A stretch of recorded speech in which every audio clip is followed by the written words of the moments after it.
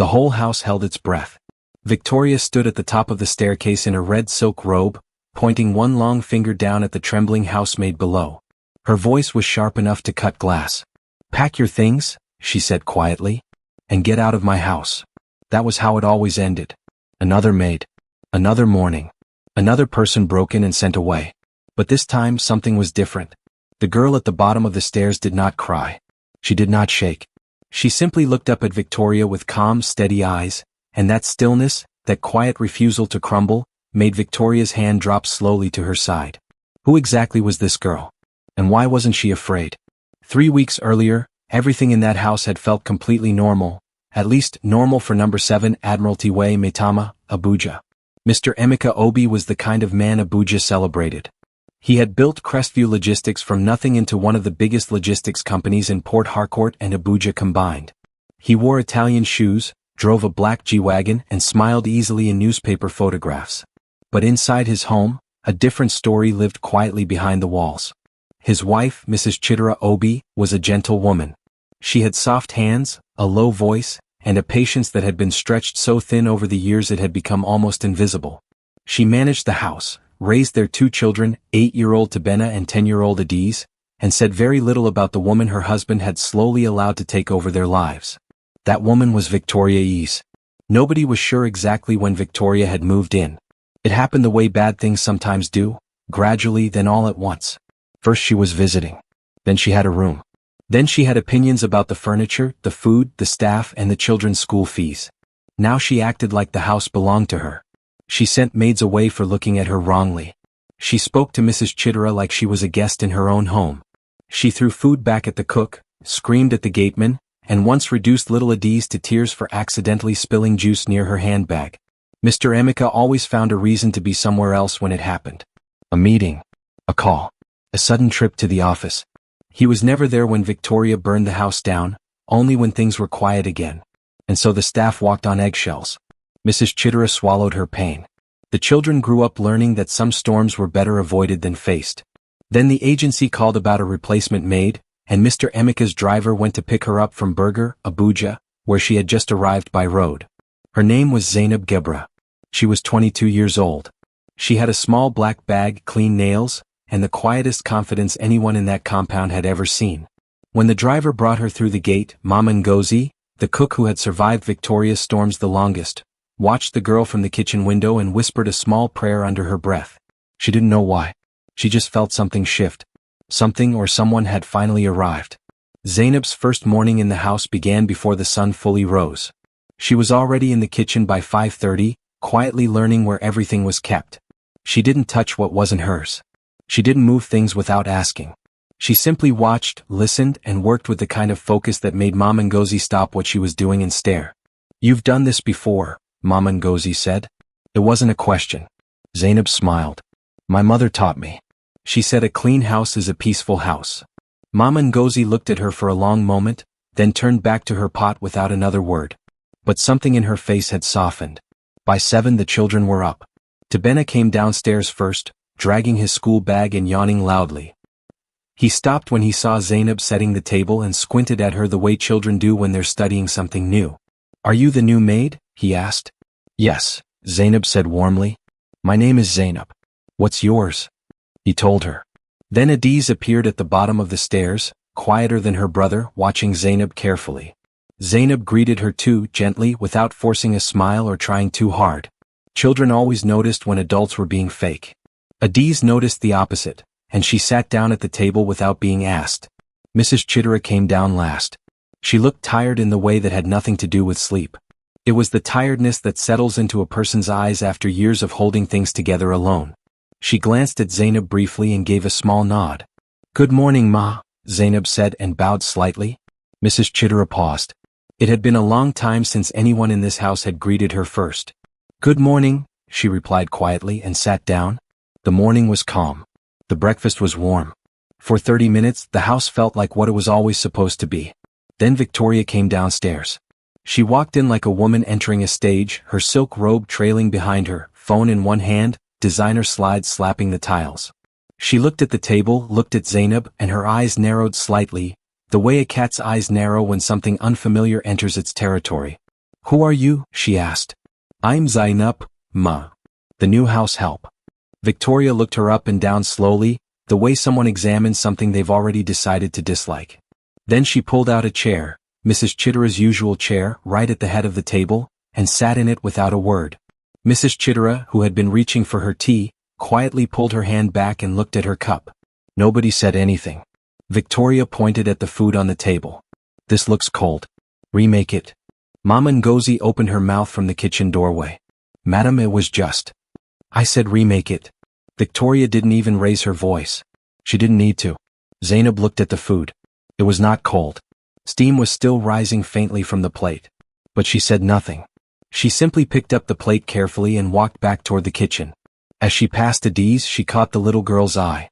Adiz looked ashamed, the kind of shame children feel when they watch an adult be cruel and cannot stop it. Zainab gave her the smallest, softest smile. It said, I'm okay. Don't worry about me. That small moment did not go unnoticed. And Victoria, who noticed everything that wasn't about her, filed it away like a weapon she hadn't decided how to use yet. Victoria found her reason 4 days later. It started with a bracelet. A thin gold bracelet with a small diamond clasp that Victoria claimed had gone missing from her dressing table. She stormed into the living room where Zainab was dusting the shelves and pointed a finger straight at her. Where is it? She demanded. Zainab turned calmly. My bracelet. The gold one. It was on my table yesterday and now it's gone. Victoria crossed her arms. You were in my room cleaning this morning. You're the only one who touched anything. Zainab's voice stayed steady. I cleaned the room, Ma. But I didn't touch any jewelry. I never touch personal belongings. Victoria stepped closer. Are you calling me a liar? The whole house tensed. Mama Ngozi appeared silently in the kitchen doorway. Tabena peered over the upstairs railing. Mrs. Chittera stood near the corridor, frozen, her hands clasped together tightly in front of her. I'm not calling you anything, Ma, Zainab said. I'm only telling the truth. Victoria's eyes went cold. Search her room, she said, turning to no one in particular. Search it now. It was Emika's personal driver, Chikwudi, who was sent to do it. He looked deeply uncomfortable as he went through Zainab's small room beside the kitchen. Her neatly folded clothes, her worn Bible, her small tin of cream. He came back 2 minutes later with his eyes low. Nothing, madam, he said quietly. Victoria's jaw tightened. Then she swallowed it. The words were so ridiculous that even the air in the room seemed confused. But no one laughed. Because with Victoria, ridiculous things had consequences. Zainab stood still through all of it. She didn't cry. She didn't raise her voice. She simply waited, the way someone waits who knows the truth is not lost, only delayed. Later that evening, Adiz walked into the kitchen where Zainab was washing the last of the dinner plates. The little girl stood quietly for a moment, then held out her small fist and opened it. A thin gold bracelet with a diamond clasp lay in her palm. I found it, Adiz whispered. It was under the cushion on the sofa. It must have fallen when she was sitting there 2 days ago. Zainab dried her hands slowly and looked at the bracelet, then at Adiz. The girl's eyes were wide and nervous, like she was carrying something heavier than gold. Should we tell her? Adiz asked. Zainab thought carefully before she answered. We will give it to your mother first, she said softly. Let Madame Chittera handle it. Adiz nodded, relieved that someone had given her direction. She trusted Zainab already. Children always trusted people who treated them like their feelings mattered. Mrs. Chittera received the bracelet that night in her bedroom. She turned it over in her hands slowly. Her face didn't show anger. It showed something older and heavier than anger. It showed exhaustion. She went to Victoria's room and knocked. She placed the bracelet on the table without drama, explained where it was found, and turned to leave. Victoria said nothing. But her silence was loud. That night, for the first time, something in the house shifted. Not loudly. Not dramatically. Just a small, quiet shift, like a door that had been shut for years developing its very first crack. But Victoria wasn't done. If anything, being wrong had only made her more dangerous. Victoria's next move came dressed as kindness. She appeared in the kitchen one morning wearing a pleasant smile that didn't reach her eyes. She leaned against the counter, watching Zainab chop vegetables, and spoke in the soft voice she only used when she was planning something. Zainab, she said casually, Mr. Emika's mother is visiting tomorrow. I need you to go to Balagan Market today and buy some things for me. She handed Zainab a folded piece of paper and a small amount of money. That should be enough. Zainab looked at the list, then at the money. The items on the list cost at least 3 times more than what she'd been given. But Victoria had already turned and walked away, her slides slapping the tiles as she disappeared down the corridor. Mama Ngozi sidled up beside Zainab and dropped her voice to almost nothing. Don't go. That's a trap. If you come back short, she'll say you stole the rest of the money. Zainab folded the list quietly. I know, she said. Then don't go.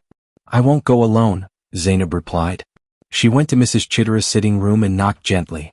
She showed her the list and the money without any drama or complaint. She simply laid both on the side table and stood back. Mrs. Chittera studied them. She looked up at Zainab slowly. Something moved behind her tired eyes. Recognition, maybe, or the slow awakening of something she had buried long ago. She stood up, picked up her own purse and said, I'll go with you. It was the first time in months that Mrs. Chittera had left the house for something that wasn't a school run or a doctor's appointment. The driver, Chikwudi, looked quietly surprised when she came out in a fresh blouse with her handbag over her shoulder. They went to Tejuosho Market together. Mrs. Chittera paid for everything on the list herself and kept every receipt carefully in her purse. When they returned, Zainab delivered all the items to the kitchen and placed the receipts on the counter where anyone could see them. Victoria walked past, glanced at the bags and the receipts and said absolutely nothing. She went straight upstairs. But that outing had done something no confrontation could have managed. Mrs. Chittera had stepped outside. She had spoken to market women, laughed once at something Zainab said about a stubborn pepper seller, and stood up straight the entire time. She looked, for a few hours, like herself again. That evening, Mr. Emeka came home to find his wife sitting in the living room with the children, helping Adiz with homework while Tabena read beside them. He stood in the doorway for a moment, briefcase in hand, and something flickered across his face, a feeling he couldn't quite name because he hadn't felt it in so long. He sat down near them. He didn't say much, but he stayed. Victoria came downstairs an hour later, saw the 4 of them together and stopped on the last step. Nobody had called her. Nobody had saved her a seat. She went back upstairs without a word. That night, Zainab sat on the edge of her small bed and stared at the ceiling. She knew Victoria was not finished. A woman like that didn't go quiet because she was satisfied. She went quiet because she was reloading. And tomorrow Mr. Emeka's mother would arrive, a woman none of them truly knew yet, but whose visit was about to change absolutely everything. Mama Rosaline Obi arrived at exactly 11 in the morning. She came in a modest gray Toyota, not a convoy. She wore a simple purple Ankara blouse and a wrapper tied firmly at her waist. Her gray hair was packed neatly under a small scarf, and she carried her own bag without waiting for anyone to help her. She was 71 years old and she moved like someone who had already survived everything life could throw and simply hadn't bothered to be impressed by anything since. Emeka met her at the gate with a wide smile. She patted his cheek once, looked at the house and walked inside. Mrs. Chittera came forward with both hands extended. Welcome, Mama. Mama Rosaline held her hands for a moment longer than necessary, looked into her eyes, and then pulled her into a firm hug. Over Chittera's shoulder, the old woman's face said everything she wasn't saying out loud. Victoria appeared at the top of the staircase moments later, perfectly dressed, her smile arranged like furniture placed for guests. She came down slowly. Mama, you're welcome. We've been expecting you. Mama Rosaline looked at her the way a woman looks at something she has already taken the full measure of. She said simply and turned back toward the sitting room.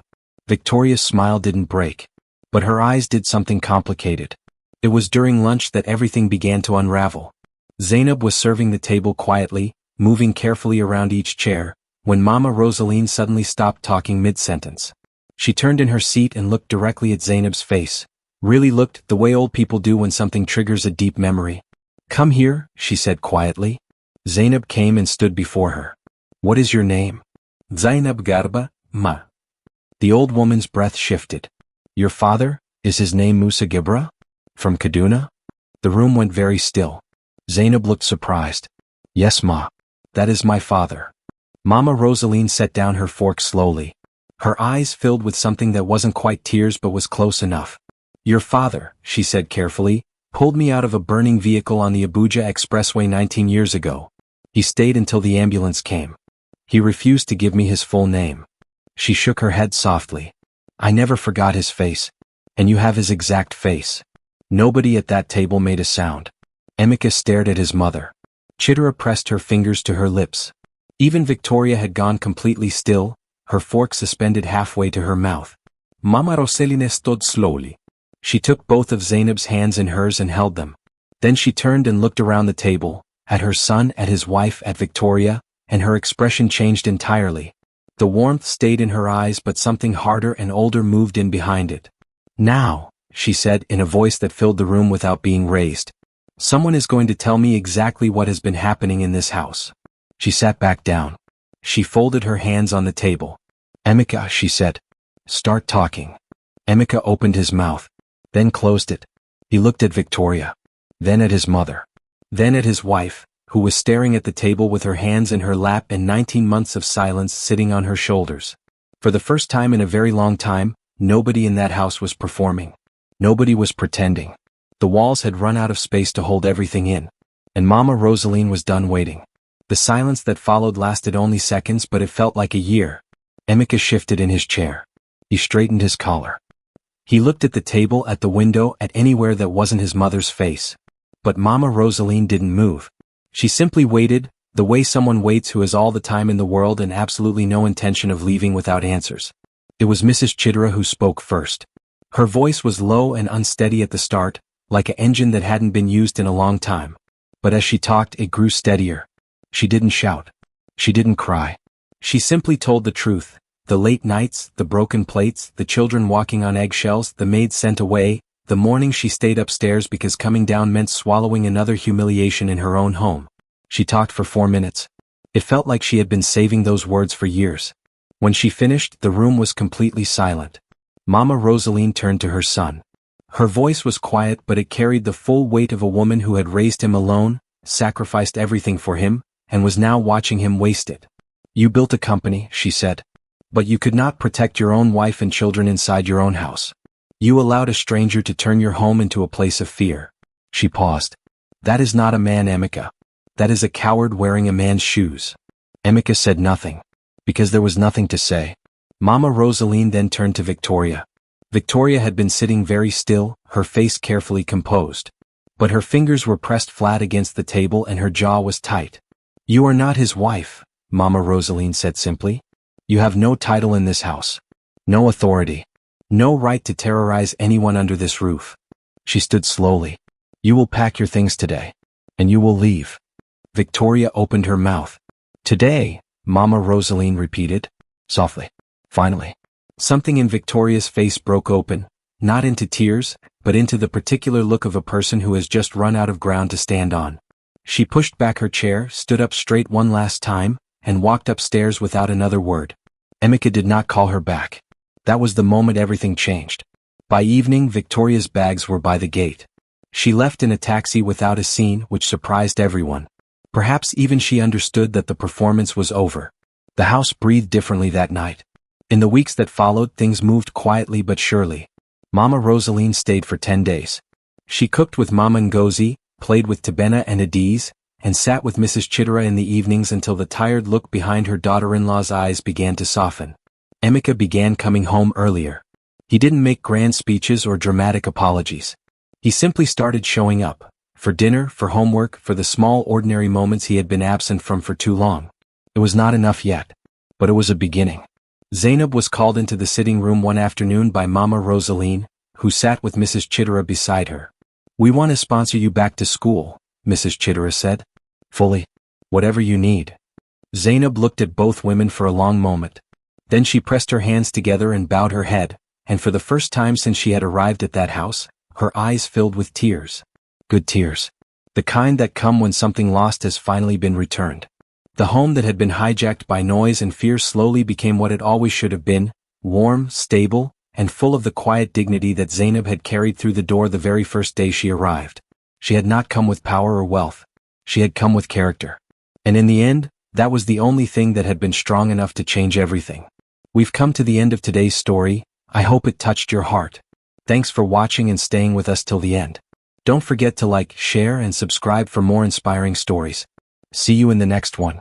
And tell us in the comments, where are you watching from?